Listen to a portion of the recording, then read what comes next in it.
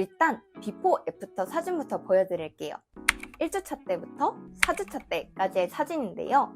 제가 피부과 의사 선생님께 여쭤본 솔루션 플러스 제가 직접 논문에서 찾은 꿀팁을 융합한 방식인데요. 제가 좁쌀여드름이 다 나은 뒤에 꼭 바로 해주는 애프터 케어 솔루션은 바로 그 성분 발라주기인데요.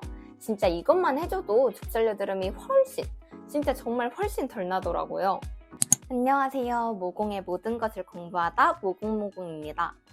여러분, 요즘 추워져서 그런지 이 환절기 좁쌀여드름 계속 올라오시지 않나요? 피부가 정말 좋으신 분들도 가끔씩 뒤집어질 수 있는 게 이 좁쌀여드름인 것 같아요.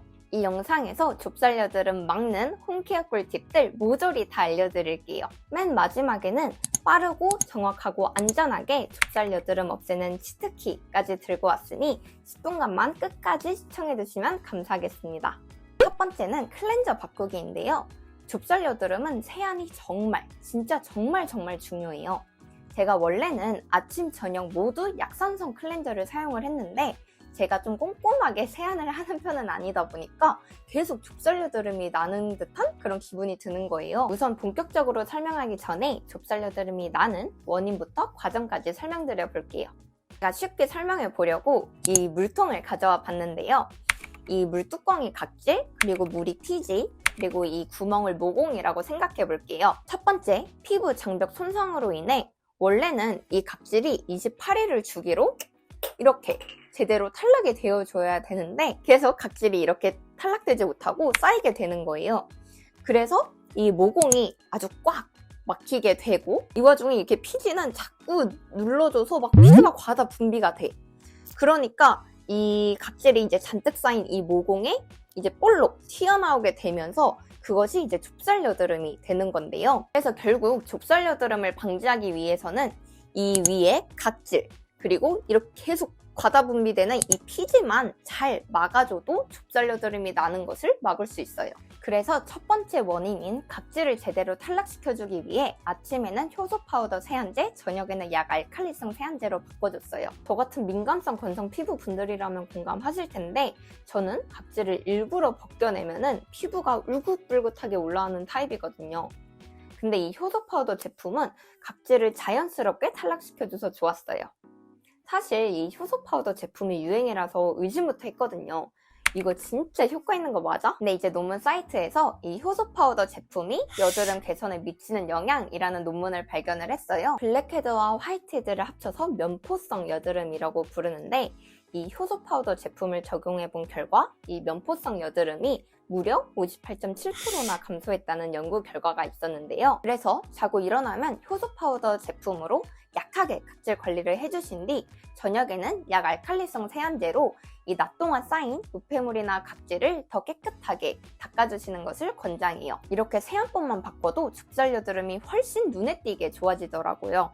제가 사용하는 제품은 이 니들리 마일드 효소 클렌징 파우더인데 물을 살짝만 부어도 거품이 촉촉하게 올라와서 마일드하게 각질 제거하기 되게 좋았어요. 그리고 약 알칼리 폼은 이즈앤트리의 어니언 뉴페어 약 알칼리 폼 추천드릴게요. 이것만 제대로 하셔도 각질을 자극 없이 제대로 탈락시킬 수 있을 거예요. 두 번째, 닥토 눌토로 딱딱해진 각질 제거하기예요. 이건 제가 주 1회 정도 하는 필링 방식인데 이것만 잘하셔도 각질 제거에 정말 효과 보실 거예요. 유튜브에 좁쌀여드름 없애는 법 검색하시면 각질 제거 꼭 나오고 그와 같이 이 닥토가 항상 나오잖아요.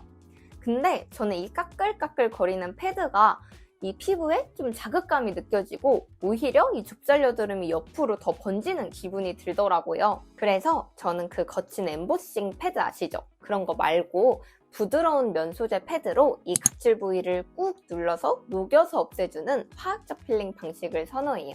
실제로 이 물리적 필링과 화학적 필링 중 이 화학적 필링이 이 각질 제거 효과가 더 우수하다는 연구 결과가 있었는데요. 그리고 이 물리적 필링이 화학적 필링보다는 수분 손실이 더 나타날 수 있다는 것을 확인할 수 있었어요. 그리고 스티밍을 한 부위가 넌 스티밍을 한 부위보다 가장 각질 제거 효과가 우수하고 이 수분 손실도 가장 적었다는 연구 결과가 있었는데요. 그래서 저는 물에 적신 타월을 전자레인지에 2분간 돌려 스티밍을 한 뒤에 얼굴을 전체적으로 먼저 온찜질을 해줘요. 그래서 각질이 부드럽게 불려졌다면 이 토너를 촉촉하게 적신 패드로 각질 부위를 지그시 눌러서 각질을 부드럽게 녹여서 없애주는 방식인 이 눌토를 주 1회 정도 해서 필링을 해주고 있어요. 이렇게 하면 촉촉함도 더 오래가고 피부결도 모찌처럼 쫀득쫀득해지더라고요. 제가 사용하는 제품은 닥터 디퍼런트의 스케일링 토너인데요. 정말 다 필요 없고 각질 제거인 이 토너 강력 추천해요. 제가 각질 제거에 가장 효과 많이 본 제품인데요. 각질 제거에 좋은 아하파하 살리실산이 함유되어 있고 전 여름철에는 이제 지성용 스케일링 토너를 사용했는데 지금 같은 겨울철엔 살짝 빠르게 건조되는 느낌이라서 중건성용 스케일링 토너로 갈아탔어요. 여러분들은 이 피부 타입에 맞게 알맞게 선택해서 사용해 주시면 될 것 같아요. 세 번째, 손상된 세포 교체하기. 좁쌀 여드름 나은 후 애프터 솔루션인데요. 처음에는 좁쌀 여드름 다 났다 하고 바로 좋아했는데 스트레스 받으면 또 뒤집어져, 이렇게 추우면 또 뒤집어져서 진짜 절 미치게 하더라고요. 제가 좁쌀 여드름이 다 나은 뒤에 꼭 바로 해주는 애프터 케어 솔루션은 바로 EGF 성분 발라주기인데요. 진짜 이것만 해줘도 좁쌀 여드름이 진짜 정말 훨씬 덜 나더라고요. EGF의 약자는 에피더멀 그로스 팩터로 표피 성장 인자예요. 말 그대로 피부세포의 재생 주기를 촉진시켜 새로운 표피세포의 성장을 돕는 인자인데요. 논문에 따르면 이 EGF 크림을 피부에 도포한 쪽이 블랙헤드나 이제 좁쌀 여드름 같은 비염증성 여드름을 25.4% 감소시켜줄 뿐만 아니라 화농성 여드름과 같은 염증성 여드름 또한 33.5% 감소했다는 연구 결과가 있었습니다. 좁쌀 여드름이 낫다라는 것은 피부 장벽이 망가졌다라는 말과 동의어거든요. 이 망가진 피부 장벽을 새롭게 수리해주기 위해서는 이 EGF 성분을 지속적으로 꼭 공급해주시는 게 정말 중요해요. 저는 그 중에서도 이지듀의 베리어 리페어 크림 추천드려요. 저같이 피부 자주 뒤집어지는 타입은 리치한 제형 별로 안 좋아하잖아요. 근데 이 제품은 끈적이지는 않는데 보습과 이제 진정을 확실히 잡아줘서 제가 좁쌀 여드름 다 나은 이후에는 꾸준히 발라주는 게 이 이지듀의 베리어 리페어 크림이에요. 그리고 네 번째는 좁쌀 여드름 치트키인데요. 제가 이것들 다 해봐도 좁쌀 여드름이 안 들어갈 때가 있었어요.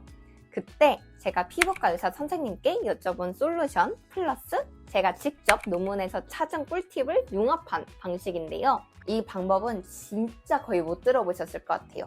바로 멸균 생리 식염수 팩과 모델링 팩의 조합인데요. 제가 피부과 의사 선생님께 좁쌀 여드름 나으려면 어떻게 해야 돼요? 여쭤보니까 피부과 선생님이 멸균 생리 식염수 팩 하시고 아크릴 겔만 꾸준히 발라주시면 좁쌀 여드름 거의 다 들어갑니다 라고 말씀해 주시는 거예요. 그 원리가 뭐지? 라고 궁금해서 논문을 찾아봤거든요. 논문 결과에 따르면 이 멸균 생리 식염수의 염분이 소독, 살균, 진정의 기능을 하여 여드름 개수 변화에 아주 효과적이다 라는 논문을 발견할 수 있었어요. 사진만 봐도 꽤 효과가 있죠? 제가 주목한 것은 실험 방법이었는데요. 이 멸균 생리 식염수 팩을 한 뒤에 피부 진정을 위해 모델링 팩을 섭취한다는 점이었어요. 그래서 저는 첫 번째 멸균 생리 식염수를 패드에 촉촉하게 적셔서 피부에 10분 정도 올려주세요. 그리고 가볍게 물 세안을 하신 뒤 여드름에 효과가 좋은 티트리 모델링 팩을 피부에 듬뿍 올려줘서 피부를 확 진정시켜주세요. 평소 쓰던 보습크림을 듬뿍 올려주세요. 마지막으로 애크릴겔을 면봉에 묻혀 이 좁쌀 여드름 부위에 콕콕 찍어서 올려주시면 되거든요. 이것만 하셔도 자고 일어나면 좁쌀 여드름이 확 가라앉아 있을 거예요. 근데 여기서 포인트는 멸균 생리 식염수를 정말 꼭 일회용으로 구매하셔야 된다는 거예요. 이 식염수는 방부제가 없기 때문에 유통기한이 3일이거든요. 앞에 세 가지 방법 다 귀찮으시더라도 이 마지막은 정말 꼭 해보셨으면 좋겠어요. 제가 좁쌀 여드름에 효과 가장 많이 본 방법이기도 하고 정말 단기간에 좁쌀 여드름에 효과 볼 거라고 장담해요. 진짜 강추! 사실 이 방법보다도 물 충분히 마시고 잠 푹 주무시는 게 가장 중요한 거 아시죠? 저는 다음 영상에도 모공의 모든 것을 공부하다 이 모공만의 이 열심히 분석한 자료들 열심히 공유드릴 예정이니 혹시 오늘 도움 되셨다면 구독과 좋아요는 저에게 큰 힘이 됩니다. 안녕!